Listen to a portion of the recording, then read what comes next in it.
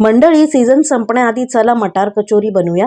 मी mini मटार कचोरी बनवलेली, छान छोटी खुसखुशीत झालेली एकदम खस्ता कचोरी। त्यासाठी मी 2 वाटी मैदा, मीठ, ओवा आणि 2 चमचे तूप घातलं आणि हे सगळं चांगलं पिठाला चोळून घेतलं।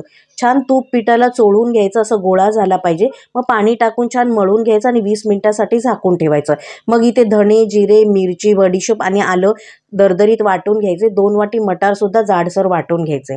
पॅनमध्ये तेल घालायचं, वाटलेला मसाला घालायचा, 1 मोठा चमचा बेसन घालायचं आहे आणि चांगलं परतून घ्यायचं। मग यामध्ये वाटलेले मटार घालायचे आहेत। मटार फार बारीक नाही वाटायचे, दरदरीत वाटायचे आहेत। मग मसाले इथे तुम्हाला स्क्रीनवर दिसत असतील ते मसाले घालायचे।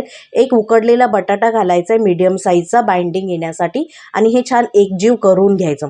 आता हे सगळं छान एकजीव झाले, चांगलं शिजले, थंड होऊ द्यायचं। थंड झाल्यानंतर हे बघा, असे छोटे छोटे मी गोळे केलेले आहेत। पिठाचा एक छोटा गोळा घ्यायचा आणि खोल अशी वाटी करायची, त्यात ह्याच्यातली एक गोळी भरून घ्यायची आणि चांगली घट्ट दाबून भरायची, कुठेही उघडी राहता कामा नये, अशी दाबून दाबून भरायची आणि चारी बाजूनी व्यवस्थित पॅक करायचं। चांगलं घट्ट बंद केलं की सारण बाहेर येत नाही, असं व्यवस्थित दाबून घ्यायचं आणि हातावर थोडं असं चपटं करून घ्यायचंय। अशाप्रमाणे सगळी कचोरी करून घ्यायची आणि तेल एकदम गरम करायचं नाहीये, खूप कमी गरम तेल असलं पाहिजे आणि स्लो गॅसवरती छान खरपूस होईपर्यंत कचोरी तळून घ्यायची आहे अशाप्रमाणे।